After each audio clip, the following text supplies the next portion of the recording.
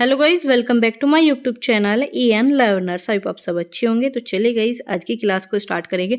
तो आज है आपका यहाँ पर मॉक टेस्ट आपका तीसरा। इससे पहले आपके 2 मॉक टेस्ट हम कंप्लीट करा चुके हैं, जिसमें हमने आपके 80 से प्लस क्वेश्चन डिस्कस किए। तो अब तक जो हम आपके 160 प्लस क्वेश्चन कर चुके हैं। अगर आपने क्लासेस नहीं देखी, जाकर चेक कर लेना। हमारा मेन टारगेट है आपको ज़्यादा से ज़्यादा क्वेश्चन की प्रैक्टिस कराए। जितने भी PYQ है वो सारे PYQ आप सभी के लिए लेकर आए जाए। तो जो भी स्टूडेंट हिंदी की तैयारी कर रहे हो, चाहे BPSC या DSSB, ये क्लासेस आप सभी के लिए इंपॉर्टेंट है, जिनका मेन सब्जेक्ट हिंदी है।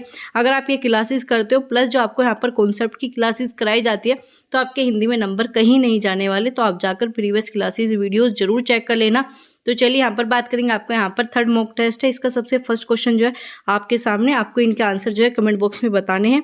आगे बात करें, इसमें हिंदी को भारत की राजभाषा कब बनाया गया। तो सबसे पहला क्वेश्चन है आपका, हिंदी को भारत की राजभाषा कब बनाया गया। अगर आपसे पूछे हिंदी दिवस कब मनाया जाता है, तो आप सभी को पता है आपका 14 सितंबर को हिंदी दिवस मनाया जाता है। तो 14 सितंबर 1949 में ही आपका क्या हुआ था, भारत में जो है राजभाषा हिंदी को बनाया गया था। याद रखना, 49 में आपका यहाँ पर बनाया गया और 14 सितंबर को हिंदी दिवस मनाया जाता है। अगर बात करें आपका यहाँ पर संविधान का जो 17वां भाग है, याद रखना संविधान का 17वां भाग किस चीज से रिलेटेड है, आपका भाषा से रिलेटेड है। इसमें आपका अनुच्छेद आपका 343 से लेकर 351, याद रखना 343 से लेकर 351 जो है राजभाषा में संविधान का प्रावधान के लिए किए गए हैं। तो आपसे पूछा जाए आपका 343 से लेकर आपको 351 किस चीज से रिलेटेड है, आपका भाषा से रिलेटेड है, राजभाषा के प्रावधान से रिलेटेड आपके अनुच्छेद है। आगे बात करेंगे, आपका यहाँ पर है भारतीय परिवार की भाषाओं के केमुत तथा आपके शतम वर्ग विभाजन किस विद्वान द्वारा किया गया। इंपॉर्टेंट क्वेश्चन है, तो आपको बताना है किसके द्वारा किया गया।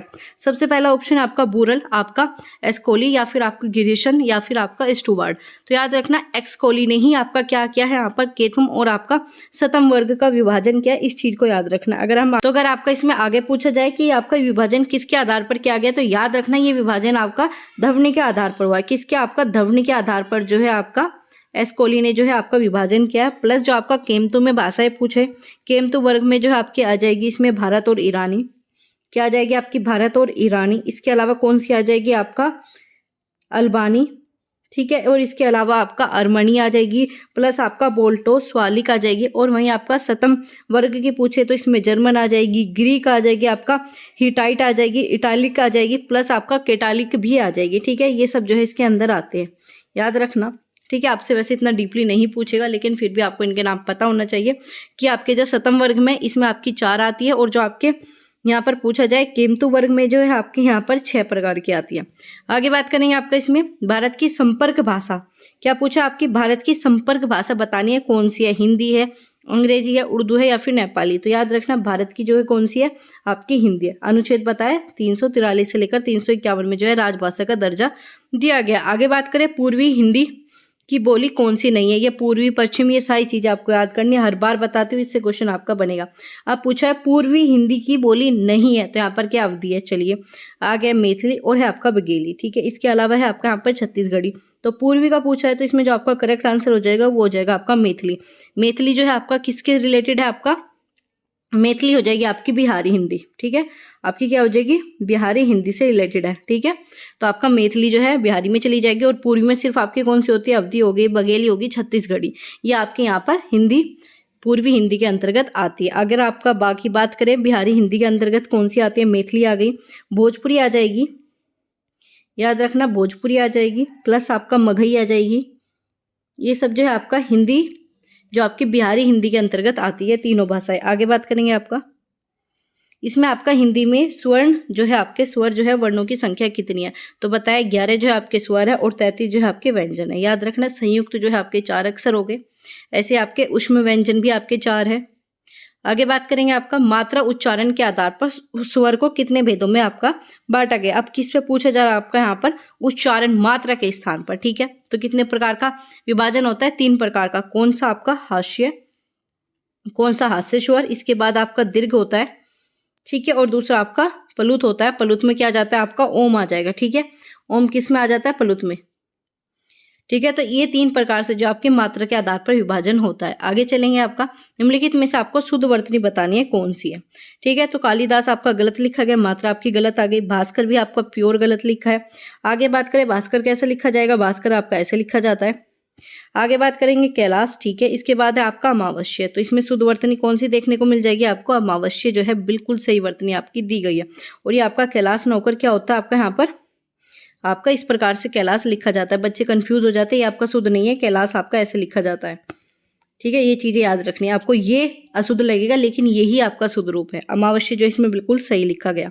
आगे बात करेंगे आपका यहाँ पर क्वेश्चन नंबर 8, इसमें आपका पूछा है इसमें अशुद्ध वर्तनी बतानी है कौन सी है। सबसे पहले आपका आविष्कार, ठीक है। इसके बाद आपका वर्हिणी, आगे बात करें आपका परिशिष्ट बिल्कुल सही लिखा है, कालिदास बिल्कुल सही है, और आविष्कार भी आपका बिल्कुल सही लिखा है। लेकिन आपकी विरहिणी जो है गलत लिखा है, इसमें जो है आपको यहाँ पर ई की मात्रा देखने को मिलेगी, तो ये आपका शुद्ध हो जाता, तो बी ऑप्शन इसमें सही है। आगे बात करेंगे, इसमें से बताना है कौन सा वाक्य शुद्ध। अब आपको वाक्य बताना है। सबसे पहले मैं आपकी सुगमता पर मुग्ध हूँ, आगे बात करें मैं आपके सौजन्य पर मुग्ध हूँ, या फिर आगे बात करें मैं आपकी सौजन्य पर मुग्ध हूँ, या फिर मैं, इनमें से तीनों ही वाक्य शुद्ध है। तो इसमें क्या आ जाएगा? मैं आपके सौजन्य पर मुग्ध हूँ, ये बिल्कुल सही है। सुगमता नहीं होता, ये भी आपका गलत वर्ड लिखा हुआ है, तो क्या आ जाएगा? बी बिल्कुल सही है, यही आपकी शुद्ध वर्तनी है। आगे बात करेंगे आपका यहाँ पर मतेक्य में जो है आपकी संधि पूछी है कौन सी है, तो इसमें कौन सी संधि हो जाएगी आपकी? इसमें मत है प्लस आपका ऐक्य, क्या है? मत और आपका ऐक्य, तो ये आपका किस प्रकार की संधि है? तो इसमें आपकी वृद्धि संधि आ जाएगी, क्योंकि इसमें आपको दो मात्रा देखने को मिल रहे हैं, तो क्या आ जाएगा आपका यहाँ पर? वृद्धि संधि। तो आपका क्या हो जाएगा? बी ऑप्शन बिल्कुल सही है, वृद्धि संधि। आगे बात करेंगे निर्धन, पहले भी बताया था। निर्धन में कौन सी संधि होती है आपकी? विसर्ग संधि होती है। निर्धन में कौन सी है? विसर्ग। तो विसर्ग कहाँ पर देखने को मिलेगा? इसमें विसर्ग ही नहीं है, इसमें भी नहीं है, तो क्या आ जाएगा? ये जो है आपका विसर्ग है, ये रह जो है आपका विसर्ग के स्थान पर आया है, तो ये आपका बिल्कुल सही हो जाएगा। आगे चलेंगे, ईश्वरी किसका पर्यायवाची है? पूछा ईश्वरी किसका पर्यायवाची है, तो यहाँ पर क्या हो जाएगा आपका? धरती नहीं, आपका पत्नी का भी नहीं होता, मैना का भी नहीं, ईश्वरी मतलब भगवान का। भगवान इसमें एक ही है, कौन है? पार्वती जी। तो क्या हो जाएगा? सी ऑप्शन आपका बिल्कुल ठीक है। आगे चलेंगे, क्वेश्चन नंबर आपका यहाँ पर 13, आकर्षण शब्द में उपसर्ग। उपसर्ग क्या होते हैं? जो आपके आगे लगने वाले शब्दांश होते हैं, शब्दांश को ही आपका उपसर्ग बोला जाता है, लेकिन जो आगे लगेंगे वो उपसर्ग हो जाएंगे, और जो पीछे लगेंगे वो आपका प्रत्यय हो जाएंगे। तो आकर्षण, तो क्या बनता है? आ प्लस कर्षण, क्या बनता है? आ प्लस कर्षण, यही आपका शुद्ध रूप है, तो क्या आ जाएगा आपका? बी ऑप्शन बिल्कुल सही है। आगे चलेंगे, आपका चंद्रमुख में समास है। अब आपसे पूछ ले चंद्रमुख में कौन सा समास है, तो यहाँ पर क्या? अव्यय भाव, ये तो अव्यय तो होगा नहीं, तत्पुरुष है। चलिए आगे देखते हैं, कर्मधारी है या फिर द्वंद्व है। तो यहाँ पर क्या बताइए आपका? विशेषण और विशेष्य, क्या है? विशेषण है, ठीक है। जो मुख है वो चंद्र के समान है, तो क्या बता रहे? विशेषता बता रहे, ठीक है। मुख की बता रहे, और आपके विशेषण क्या हो गया? आपका चंद्र हो गया, तो विशेष्य और विशेषण दोनों है, तो कर्मधारी आपका इसमें आ जाएगा, तो आपका यहाँ पर सी ऑप्शन बिल्कुल ठीक है। आगे चलेंगे, इन्होंने पूछा है जल शब्द का जो है बताना है कौन सा रूप है आपका? योग है, रूढ़ है, यौगिक है, तीनों ही इंपॉर्टेंट है, तो बताना है क्या है आपका? जल।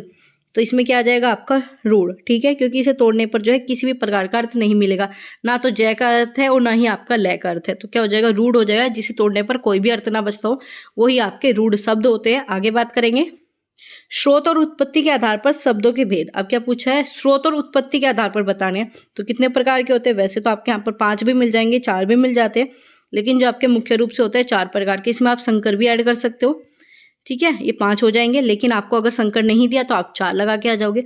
तद्भव, तत्सम, देसी और विदेशी, ये सभी मैंने आपके कराए हैं, जाकर प्रीवियस क्लासेस देखोगे तो सभी आपको मिल जाएंगे। आगे बात करेंगे, परिश्रम शब्द है। अब आपसे ये पूछा, परिश्रम शब्द पूछा है कौन सा है, तो परिश्रम शब्द में आपका रूढ़ है, ठीक है। आगे बात करें, यौगिक है, या फिर आपका यहाँ पर योग रूढ़ है, या इसमें से कोई भी नहीं, तो इसमें क्या आ जाएगा आपका? यहाँ पर यौगिक शब्द है, क्यों? क्योंकि इसमें 2 शब्द आपके मिलकर बने हैं, ठीक है। क्या है आपका? यौगिक शब्द है, और इसमें जो आपका प्रत्येक खंड का मीनिंग भी नहीं है, क्या इसमें? परि, और आपका इसमें क्या बन जाएगा आपका? श्रम, क्या बन जाएगा? परि प्लस श्रम, ठीक है। इसमें जो है अन्य किसी भी योग से बने हैं और जिसमें प्रत्येक खंड का कोई अर्थ हो, उन्हें यौगिक कहते हैं। क्या कहते हैं? आपके यौगिक क्या होंगे? जिसमें दोनों का मीनिंग होगा। रूढ़ क्या होंगे? जिसमें मीनिंग नहीं होता। याद रखना, रूढ़ में मीनिंग नहीं होगा और यौगिक में मीनिंग होगा, तो ये क्या आ जाएगा? बी ऑप्शन बिल्कुल ठीक है। आगे चलेंगे, हरि का अनेकार्थी नहीं है, क्या पूछा है? नहीं है, ठीक है। और ये क्वेश्चन आपका यूपी पुलिस में भी आया था, याद रखना, ये क्वेश्चन इंपॉर्टेंट है, हरि का पूछा जाता है। तो घोड़ा है, चलिए आगे देखते हैं, तोता है, ठीक है। आगे देखते हैं, पक्षी है, आगे आपका शिव, तो शिव को भी क्या कहा जाता है? हरि कहा जाता है। तोते को भी हरि कहा जाता है, क्योंकि हरे रंग का भी होता है, प्लस आपका घोड़े को भी हरि कहा जाता है, लेकिन जो आपका पक्षी होता है इसे आपका हरि नहीं कहा जाता, याद रखना, इसे आपका हरि नहीं कहा जाता। अगर आपसे पूछे हरि और किन शब्दों को कहा जाता है, तो हरि में आपका क्या हो जाएगा? हाथी भी हो जाता है। हरि क्या होता है आपका? हाथी भी होता है, प्लस विष्णु भगवान होते हैं, प्लस आपका पहाड़ होता है, प्लस आपका वानर होता है, प्लस आपका यहाँ पर सर्प, आपके सांप को भी हरि कहा जाता है। तो ये सब क्या है, आपके हरि के अनेकार्थी है। आगे चलेंगे, आपका पत्राचार शब्द में कौन सा प्रत्यय, अब क्या पूछा है, प्रत्यय आपसे पूछा है, बहुत ही सिंपल प्रत्यय पूछा है। तो पत्र प्लस आचार, क्या है, पत्र प्लस आचार। तो क्या हो जाएगा, डी ऑप्शन बिल्कुल सही है, ये वाला नहीं होगा, याद रखना, ठीक है। आचार है तो इसमें आपका आ ही आएगा, तो डी ऑप्शन बिल्कुल ठीक है। आगे चलेंगे, हिंदी में जो है लिंग कितने प्रकार के होते हैं, तो अब पूछा है लिंग कितने प्रकार के होते हैं, तो कितने प्रकार के होते हैं, 2 ही प्रकार के होते हैं हिंदी में। अगर आपसे पूछा जाए तो कौन से होता है, स्त्रीलिंग और आपका पुल्लिंग। तो क्या हो जाएगा, ए ऑप्शन बिल्कुल ठीक है। आगे चलेंगे, आपका क्वेश्चन नंबर 21, हिंदी में वचन कितने प्रकार के होते हैं, तो पूछा है हिंदी में वचन कितने प्रकार के होते हैं, तो वचन भी आपके 2 ही प्रकार के होते हैं, एक वचन और आपका बहुवचन। तो क्या हो जाएगा आपका यहाँ पर 2 ऑप्शन बिल्कुल ठीक ही है। अब पूछा जाए हिंदी में कुल कितने सर्वनाम है, तो सर्वनाम के ऊपर तो आपको बेहतरीन क्लास मैंने प्रोवाइड की थी, तो अगर आपने देखी होगी तो इसका आंसर आप मिनट में दे दोगे। तो क्या होता है, अगर पूछा जाए कुल सर्वनाम कितने होते हैं आपके, 11 कितने होते हैं, 11 होते हैं, जिन्हें आप मूल सर्वनाम के नाम से जानते हो। और आपके मूल में प्लस आपके शब्दांश लगकर, प्रत्यय लगकर क्या बन जाते हैं, आपके यौगिक सर्वनाम बनते हैं, ठीक है। तो क्या हो जाएगा आपका 11 बिल्कुल सही हो जाएंगे। पूछा जाए 11 कौन से होते हैं, सारी आपको जो मैंने क्लासेस कराई थी उसमें 11 के 11 नाम लिखे थे, मैं हो गया, तू हो गया, आप हो गया, यह हो गया, सो आपका जो, कौन, क्या, ये सब क्या आपके यहाँ पर मूल सर्वनाम या फिर कुल सर्वनाम बता सकते हो, 11 है।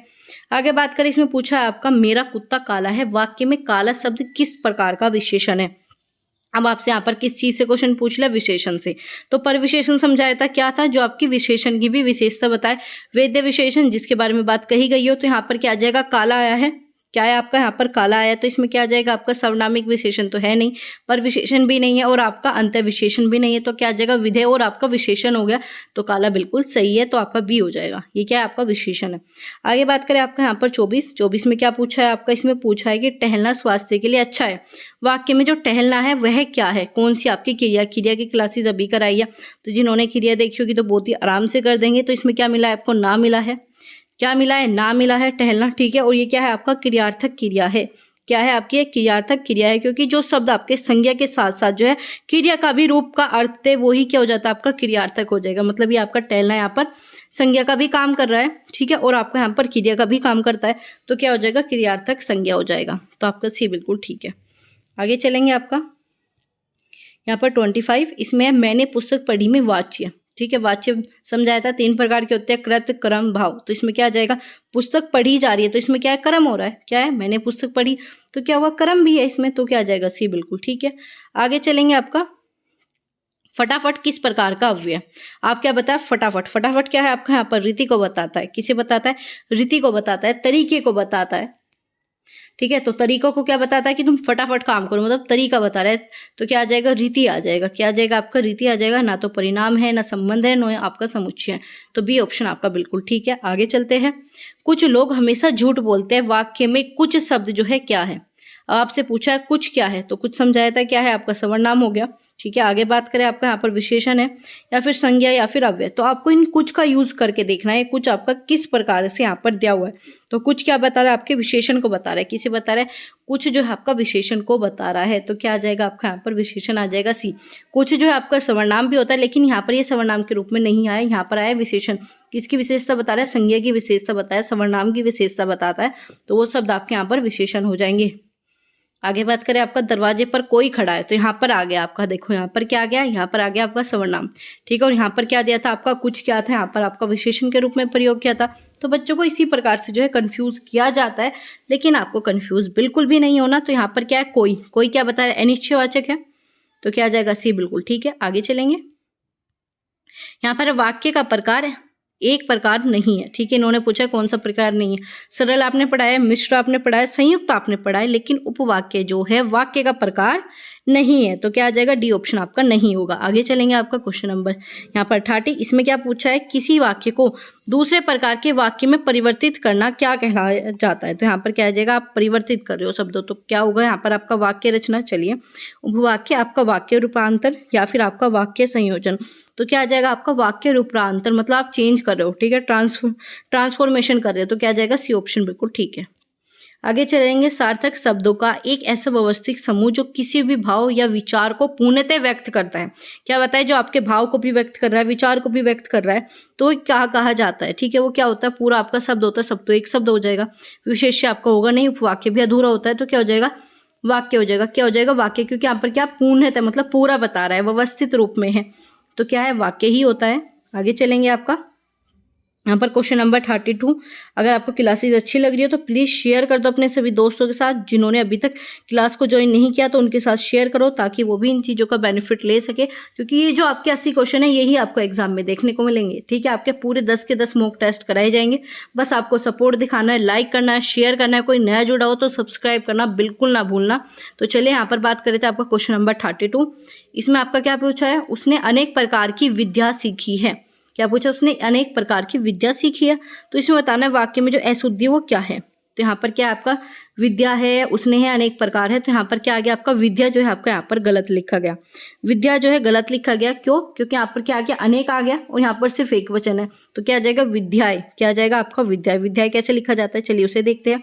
तो विद्या प्लस आपका एक के ऊपर जो आपको चंदा बिंदी देखने को मिलेगी, तो क्या बन जाएगा आपका विद्याएं, ठीक है। इस प्रकार से ये हो गया आपका विद्याएं। तो उसने अनेक प्रकार की विद्याएं सीखी है। विद्या सीखी मतलब एक थोड़ी सीखी, यहाँ पर तो बता रहे हो बहुत सारी सीखी है, और आप लगा एक रहे हो तो गलत हो जाएगा। तो क्या आ जाएगा, डी ऑप्शन बिल्कुल सही है। आगे चलेंगे, आपका जो उपवाक्य प्रधान या मुख्य उद्देश्य और मुख्य विधेय से बना हो उसे क्या कहा जाता है। अब इन्होंने क्या पूछा, आपका इसमें उद्देश्य, मतलब आपने इंग्लिश में क्या पढ़ा होगा, सब्जेक्ट और प्रेडिकेट पढ़ा हुआ, तो वही चीज आपके यहाँ पर दी गई है। तो क्या है, उद्देश्य हो गया और विधेय हो गया, से बना हुआ उसे क्या कहा जाता है। तो क्या कहा जाता है, उसे आपका यहाँ पर उपवाक्य कहा जाता है। उपवाक्य कौन सा होता है, आश्रित है, संज्ञा है, आपका प्रधान है, या फिर आपका विशेषण। तो क्या हो जाएगा इसमें, आपका ऑप्शन नंबर बी बिल्कुल सही है, प्रधान कहा जाता है। क्या कहा जाता है, प्रधान उपवाक्य आपके यहाँ पर होगा। तो क्या हो जाएगा आपका बी ऑप्शन बिल्कुल सही है। आगे चलेंगे, आपका बांझे खिलना मुहावरे का सही अर्थ बताना है। क्या है, बांझे खिलना मुहावरे का सही अर्थ क्या हो जाएगा आपका यहाँ पर, पीछा न छोड़ना, ध्यान देना, आपका अत्यंत प्रशंस होना, या फिर अत्यंत गहरी दोस्ती। तो बांझे खिलाना, तो क्या आ जाएगा आपका यहाँ पर बिल्कुल सही आ जाएगा, अत्यंत प्रसन्न होना, मतलब बहुत ही ज्यादा खुश हो रहे हो, ठीक है। तो क्या आ जाएगा, सी ऑप्शन बिल्कुल ठीक है। आगे चलेंगे, अकेले चना भाड़ नहीं फोड़ता। क्या, अकेले चना भाड़ नहीं फोड़ता। तो इसका अर्थ बताना है क्या है। तो इसका अर्थ क्या हो जाएगा आपका यहाँ पर, मनचाही बातें करना नहीं, जो मालिक मूर्ख हो वह सद्गुणों का आदर नहीं करता, ये भी नहीं, अकेला मनुष्य जो अपने दम पर किसी भी बड़े काम को अंजाम नहीं दे सकता, यही बात इन्होंने कही है। तो सी ऑप्शन आपका बिल्कुल सही हो जाएगा कि अकेला चना जो है भाड़ नहीं फोड़ सकता। सिर्फ एक ही व्यक्ति जो है बड़े काम नहीं कर सकता, उसके लिए बहुत सारे लोगों की आवश्यकता होती है। तो क्या आ जाएगा, सी ऑप्शन बिल्कुल ठीक है। आगे चलेंगे, आपका यहाँ पर क्वेश्चन नंबर 36। इसमें आपका आ गया अलंकार। अब आपको बताना है अर्थ अलंकार कौन कौन से होते हैं। तो इसमें क्या आ जाएगा, यमक है, चलिए, रूपक है, अनुप्रास है, या सलेस है। तो क्या पूछा है, आपका अर्थ अलंकार का भेद पूछा है, तो क्या आ जाएगा आपका रूपक। क्या आ जाएगा, रूपक आ जाएगा। अगर आपसे पूछे अलंकार की जो है आपके मुख्य 3 प्रकार होते हैं, कौन कौन से, शब्दा, ठीक है, इसके बाद कौन सा होता है आपका अर्था और उभय, ठीक है। क्या आता है, उभय अलंकार। क्या आ जाएगा आपका, उभय अलंकार, ठीक है। और अगर आपसे पूछे शब्दा में कितने प्रकार होते हैं, तो शब्दा में आपका कौन सा आएगा, अनुप्रास आ जाएगा, मुख्य रूप से अनुप्रास आता है, ठीक है। इसके बाद यमक भी आपका इसी में आता है, किस में आता है आपका, शब्दालंकार में, और सलेस भी आपका शब्दालंकार में होता है। प्लस आपका क्या हो जाएगा, विकृति हो जाएगा, आपका विप्सा भी शब्दालंकार में आता है। अगर पूछे अर्थालंकार में कौन कौन से आएंगे, तो अर्थालंकार में कौन सा होगा, उपमा होगा, उत्प्रेक्षा होगा, रूपक हो जाएगा, मानवीकरण होगा, आपका विरोधाभास होगा, संदेह भी इसी में आता है, ठीक है। तो ये सब किसके प्रकार है, अर्थ अलंकार के। आगे बात करेंगे, आपका यहाँ पर पूछा अनुप्रास अलंकार के कितने भेद है। अब आपसे पूछ ले आपके अनुप्रास के भी कितने भेद है, तो अनुप्रास के टोटल 5 भेद होते हैं, याद रखना 5 होते हैं। कौन सा आपका, 6 का अनुप्रास, इसके बाद लटा, ठीक है, इसके बाद आपका श्रुत्या, इसके बाद आपका वृत्या, और आपका अंत्य, ठीक है। ये आपके 5 प्रकार होते हैं। आगे बात करेंगे, जो में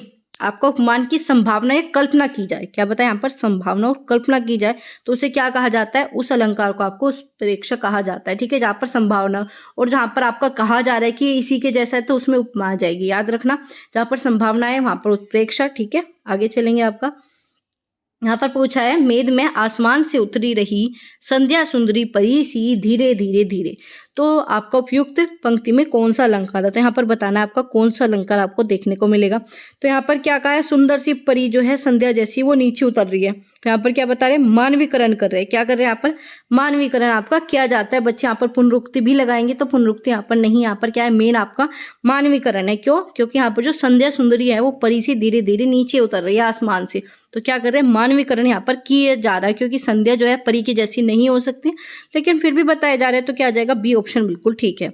आगे चलेंगे आपका, वह चिड़िया जो कविता में हमें क्या शिक्षा मिलती है। ठीक है, तो इसमें क्या है आपका, संसार से निडरता पूर्वक रहना। चलिए आगे बात करें, स्वयं पर विश्वास रखना, अकेले में खुशी रहना। तो ये आपकी एक कविता है, वह चिड़िया, जो एनसीईआरटी की बुक में दी गई है। तो क्या कहती है, वो तीनों के बारे में कहा जाता है, तो उपयुक्त सभी आ जाएगा।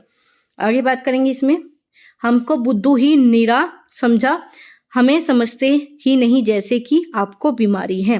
तो उपयुक्त पंक्ति जो है किस रचना से संबंधित है। अब आपसे पूछा ये कहाँ से ली गई है, तो ये क्या आ जाएगी आपका, यहाँ पर आपका ऑप्शन नंबर डी बिल्कुल सही है। चांद से थोड़ी सी गप्पे, ये सारी चीजें आपकी यहाँ पर इस कविता से ली गई है। आगे चलेंगे आपका, राजप्पा 2 ऑस्ट्रेलिया के टिकटों के बदले में कौन सा टिकट लेता था। ठीक है, तो कौन सा लेता था, यहाँ पर आपका आ जाएगा ऑप्शन नंबर सी बिल्कुल ठीक है, आपका फिनलैंड का। कौन सा, फिनलैंड का टिकट इसमें लिया जाता था। और आपका इसका चैप्टर का नाम है टिकट एल्बम। ठीक है, पहले भी इससे क्वेश्चन बन चुका है, याद रखना आप एग्जाम में यहाँ से क्वेश्चन बनेंगे तो क्या आ जाएगा, टिकट एल्बम आ जाएगा। आगे बात करें आपका, पिता के पत्र पुत्री के नाम किससे संबंधित है।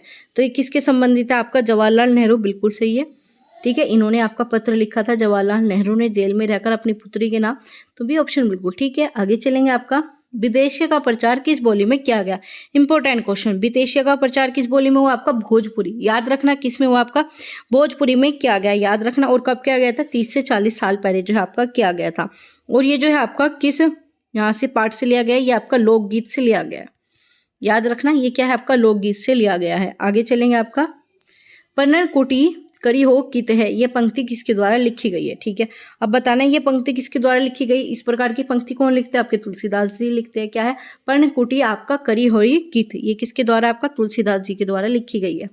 आगे चलेंगे आपका, यहाँ पर किशन किस कहानी का पात्र है। तो किशन पूछा है किस कहानी का पात्र है, तो दादी अम्मा बिल्कुल सही हो जाएगा, डी ऑप्शन। आगे चलेंगे, रक्त और हमारा शरीर किस विधा की रचना है, इंपॉर्टेंट। तो बताना है ये आपका कहाँ से है, नाटक है, निबंध है, उपन्यास है, या फिर आपका यहाँ पर हो जाएगा कहानी। तो इसमें बिल्कुल सही आंसर क्या होगा, आपका यहाँ पर निबंध। ये क्या है, आपका एक प्रकार का निबंध है, ये निबंध विधा में लिखा गया है। चिड़िया की बच्ची शीर्षक कहानी के रचनाकार कौन थे। अब पूछा है चिड़िया की बच्ची किसके द्वारा लिखी गई थी, तो किसके द्वारा लिखी गई थी, आपकी जैनेन्द्र कुमार। तो ये ऑप्शन आपका बिल्कुल सही हो जाएगा। आगे बात करें, एक तिनका शीर्षक कविता के रचनाकार कौन है। अब एक तिनका किनके द्वारा लिखी गई है, ये पूछा भी जाता है, तो याद रखना किसके द्वारा लिखी गई है, आपके हरिओद। एक तिनका किसकी रचना है, हरिओद की रचना है। तो क्या आ जाएगा, अयोध्या सिंह उपाध्याय इनका पूरा नाम है। ये भी पूछा जाता है कि हरिओद के नाम से कौन लिखते थे, तो अयोध्या सिंह उपाध्याय लिखते थे। आगे चलेंगे आपका, संघर्ष के कारण आपका तुनको मिजान हो गया धनराज शीर्षक साक्षात्कार के रचनाकार कौन थे। तो ये पूछा है ये शीर्षक जो है किसके द्वारा लिखा गया था, तो इसकी रचना किसने की थी, आपके यहाँ पर आ जाएगा ऑप्शन नंबर आपका डी बिल्कुल सही है, विनीता पांडे। किसने लिखी थी, विनीता पांडे ने ही आपकी इसकी रचना की थी। आगे बात करें, भरत की पत्नी का नाम, बहुत ही सिंपल क्वेश्चन, और इससे क्वेश्चन बनते हैं, रामायण महाभारत से क्वेश्चन आपके एग्जाम में देखने को मिलते हैं। तो क्या आ जाएगा आपका यहाँ पर, आपका भरत की पत्नी का नाम आपको बताना है। तो क्या आ जाएगा आपको इसमें, तो भरत की पत्नी क्या थी, आपकी मांडवी थी। ठीक है, उर्मिला को सबको पता है, लक्ष्मण की थी, सीताराम की थी। ठीक है, लेकिन आपका यहाँ पर शत्रुघ्न की पत्नी कौन थी, आपकी श्रुति कीर्ति थी, लेकिन मांडवी नहीं पता होता, याद रखना मांडवी भरत की थी और आपका शत्रुघ्न की आपके श्रुति कीर्ति थी। क्या आ जाएगा इसमें, ऑप्शन नंबर ए बिल्कुल सही हो जाएगा। महाराजा दशरथ के महामंत्री का क्या नाम था। आप पूछा महाराज दशरथ के महामंत्री कौन थे, आपके सुमंत थे। कौन थे, सुमंत। आपका सी ऑप्शन बिल्कुल ठीक है। राम लक्ष्मण और सीता दंडक वन में कितने वर्षों तक रहे। अब पूछा है कितने वर्षों का वनवास था, ये कितने वर्षों तक आपके यहाँ पर दंडक वन में रहे थे। तो दंडक वन में 10 वर्षों तक रहे थे और वनवास कितने का था, 12 साल का वनवास दिया गया था। आगे चलेंगे, आपका सुग्रीव के बड़े भाई का नाम। अब पूछा है सुग्रीव के बड़े भाई बाली को ही हरा कर क्या लिया था, साम्राज्य लिया था। आगे बात करें, भगवान राम की सेना का वह कौन सा वानर था जो समुद्र तल पर जो है पुल बना सकता था। तो कौन था वो जो एकमात्र पुल बना सकता था। तो क्या हो जाएगा आपका यहाँ पर ऑप्शन नंबर 1, नर और नील ने ही वहां पर क्या बनाए थे, पुल बनाए थे। तो क्या आ जाएगा, ये ऑप्शन आपका बिल्कुल ठीक है। आगे चलेंगे, आपका गंगा का विवाह हुआ था। अब पूछा है गंगा का विवाह किसके द्वारा किससे हुआ था आपका शांतनु। किससे हुआ था? गंगा का विवाह शांतनु से हुआ था। आगे बात करें आपका चित्रांद और आपका विचित्र वीर्य के माता पिता का क्या नाम था? तो यहाँ पर ऑप्शन नंबर क्या आ जाएगा? ऑप्शन नंबर आपका बिल्कुल सी सही आ जाएगा, आपका सत्यवती और शांतनु, जो किसके पुत्र थे आपके यहाँ पर? सत्यवती और शांतनु के पुत्र थे। आगे चलेंगे आपका यहाँ पर आपका पूछा है क्वेश्चन नंबर आपका यहाँ पर आ गया 58। रानी अंबालिका की दासी की कोख में किसका जन्म हुआ था? तो किसका जन्म हुआ था आपका यहाँ पर? विदुर। किसका हुआ था? विदुर का जन्म हुआ था। ठीक है, रानी अंबालिका की दासी की कोख में। आगे बात करेंगे आपका बेटा तुम्हारा कहना ठीक है, लेकिन युधिष्ठिर के विरोध में कुछ भी करना तो कठिन है। युधिष्ठिर धर्म अनुसार चलता है, सबसे सम्मान स्नेह करता है, अपने पिता का समान ही गुणवान है, इस कारण प्रजाजन भी उसे बहुत चाहते हैं। कथन किस पात्र का है? तो महाभारत में ये कथन जो है किस पात्र के द्वारा कहा गया था? तो क्या आ जाएगा? धृतराष्ट्र के द्वारा ये चीजें कही गई थी। किसके द्वारा? धृतराष्ट्र के द्वारा कही गई थी। धृतराष्ट्र कौन थे? आपके दुर्योधन के पिता थे। पांडवों की सेना का सेनापति किसे बनाया गया? किसे बनाया गया था आपके यहाँ पर सेनापति? बी ऑप्शन बिल्कुल सही आ जाएगा। किसे बनाया गया था पांडवों की सेना का सेनापति आपका यहाँ पर? ये ऑप्शन बिल्कुल सही है, धृष्टद्युम्न को ही आपका यहाँ पर सेनापति बनाया गया था। आगे बात करेंगे आपका क्वेश्चन नंबर 61। लाख की चूड़ियां बहुत इंपॉर्टेंट, ये आपकी रचना जो है कई बार एग्जाम में आपको देखने को मिलेगी। हर एग्जाम में ये रचना आपकी पूछी ही जाती है, बहुत ही इंपॉर्टेंट है। तो याद रखना इसका आंसर क्या हो जाएगा आपका यहाँ पर? आपका कामतानाथ ने ही लाख की चूड़ियां कहानी लिखी थी। कामतानाथ बिल्कुल सही है, कामतानाथ आपकी लाख की चूड़ियां। आगे बात करेंगे आपका वह महान आदमी आ रहा है जिससे एक टायर के लिए प्राण दे दिए, मर गया उस टायर नहीं बदला। तो ये क्वेश्चन आपका पहले भी रिपीट हो चुका है, बहुत ही इंपॉर्टेंट क्वेश्चन, और इस चैप्टर से आपके क्वेश्चन देखने को मिलेंगे। तो क्या हो जाएगा आपका यहाँ पर? ऑप्शन नंबर ए बिल्कुल सही है, लेखक। क्या आ जाएगा आपका? लेखक आ जाएगा। और आपका ये पार्ट कौन सा है? बस की यात्रा। कौन सा है? बस की यात्रा। आगे चलेंगे आपका क्वेश्चन नंबर 63। भगवान के डाकिए। क्या है? भगवान के डाकिए शीर्षक के रचनाकार कौन थे? तो यहाँ पर भगवान के डाकिए किसके द्वारा लिखी गई थी? रामधारी दिनकर। याद रखना, दिनकर के द्वारा आपका भगवान के डाकिए जो है कविता लिखी गई थी। आगे चलेंगे, कामचोर पूछा है। कामचोर किसके द्वारा लिखी गई थी? तो कामचोर किसके द्वारा हो जाएगी आपके यहाँ पर? इस्मत आपका चुगताई। किसके द्वारा? इस्मत चुगताई के द्वारा कामचोर।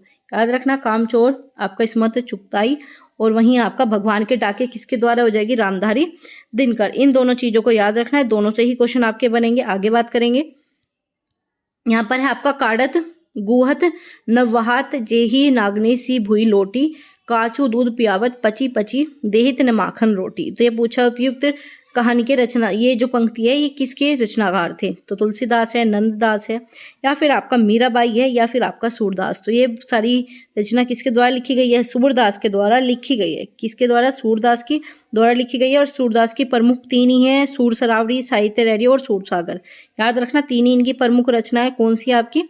सूर सरावरी, साहित्य लहरी और सूर सागर सूरदास की रचना है। ठीक है, याद रखना है तीनों रचना, प्लस जो भी आपकी इंपॉर्टेंट रचना है उस पर मैंने आपकी 3 क्लासेस प्रोवाइड की। अगर आपने वो 3 क्लासेस देख ली तो कभी भी रचना में गलती नहीं करोगे, क्योंकि ट्रिक के माध्यम से आपको सारी चीजें याद कराई है। आगे बात करेंगे, आपका यहाँ पर पूछा है भारत के किस प्रधानमंत्री द्वारा भारत की खोज नामक पुस्तक की रचना की गई। तो यहाँ पर पूछा है भारत की खोज किसके द्वारा की गई है इस पुस्तक की रचना। ये पुस्तक काफी ज्यादा पूछी जाती है। तो क्या आ जाएगा आपका? जवाहरलाल नेहरू जो है, ऑप्शन नंबर सी बिल्कुल ठीक है। इनके द्वारा पूछा जाए और प्रमुख रचनाएं कौन सी है, तो विश्व इतिहास झलक भी इन्हीं के द्वारा लिखी गई, विश्व इतिहास झलक।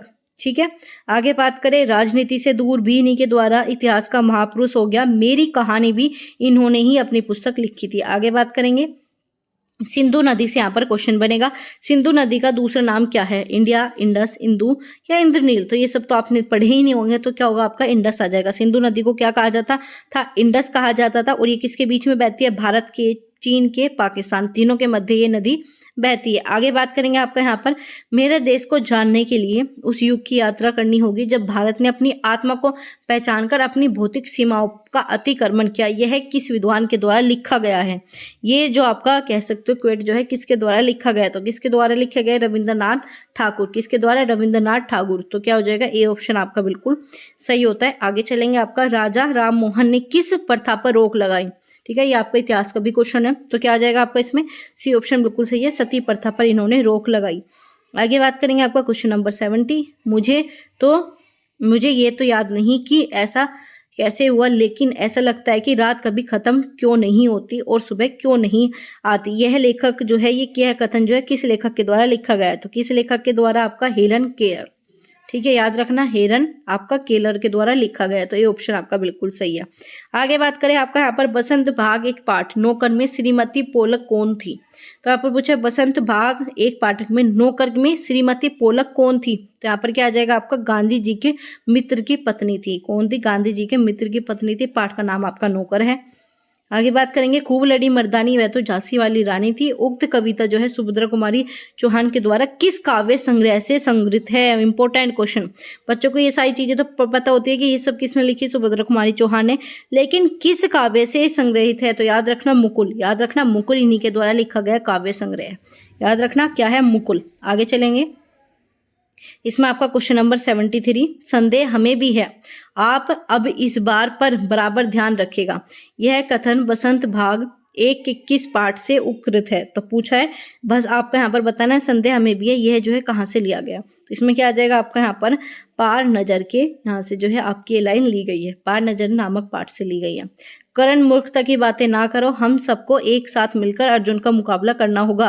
यह कथन आपका प्रतिज्ञा पूर्ति नामक पाठ से लिया गया और किसके द्वारा कहा गया? ठीक है, ये पूछा है किसके द्वारा कहा गया, तो इसमें क्या आ जाएगा आपका यहाँ पर? कृपाचार्य के द्वारा कहा गया है। किसके द्वारा? कृपाचार्य के द्वारा कहा गया है। आगे बात करेंगे आपका व्यवहार कुशलता का उपयुक्त लक्षण क्या है? आप पूछा आपका व्यवहार कुशलता का उपयुक्त लक्षण क्या है? आत्म प्रशंसा के लिए अनुकूल आचरण रखना। आगे चले, किसी भी दुखी को देखकर अपना दुख व्यक्त करना या फिर दूसरों के प्रति शिष्टाचार का निर्वह करना। तो ये व्यवहार कुशलता क्या है? दूसरों के प्रति शिष्टाचार का निर्वह करना, दूसरों के प्रति अच्छा सोचना। तो क्या आ जाएगा आपका यहाँ पर? सी ऑप्शन बिल्कुल ठीक है। आगे चलते हैं, यहाँ पर पूछा है आपका लेखक ने मनुष्य को किस मूल प्रवृत्ति की ओर ध्यान दिलाया? तो पूछा है किस मूल प्रवृत्ति की ओर ध्यान दिलाया? तो इसमें किसी की प्रशंसा करना, दूसरों से संदेह की अपेक्षा करना, किसी का तिरस्कार करना, दूसरों पर अपना अधिकार जताना। तो क्या आ जाएगा आपका? पी ऑप्शन बिल्कुल सही है, दूसरों से स्नेह की अपेक्षा करना। आगे चलेंगे, गद्यांश के अनुसार निम्नलिखित में से कौन सा वाक्य सही नहीं है? तो क्या पूछा? कौन सा सही नहीं है? अब गद्यांश के अनुसार बताना था आपको। ठीक है, तो यहाँ पर क्या आ जाएगा आपका? इसमें जो है आपका ऑप्शन नंबर जो है डी बिल्कुल सही है। सभी व्यक्ति दूसरों के द्वारा सलाह मांगने पर बुरा ही मानते हैं, तो गद्यांश के अनुसार यही आपका कहा गया है। ठीक है, इसमें आपका यहाँ पर गद्यांश नहीं दिया गया। ठीक है, इसमें आपका गद्यांश था, उसे देखकर आपको ये आंसर बताने थे। चलिए कोई नहीं, अब आपका यहाँ पर पद्यांश की बात करेंगे, काव्यांश की। तो इसमें क्या है आपके काव्यांश दिया गया, इससे क्वेश्चन आपके पूछे गए। तो पूछा है कवि ने देहरी का दीप जैसा बनने के लिए किसे कहा गया?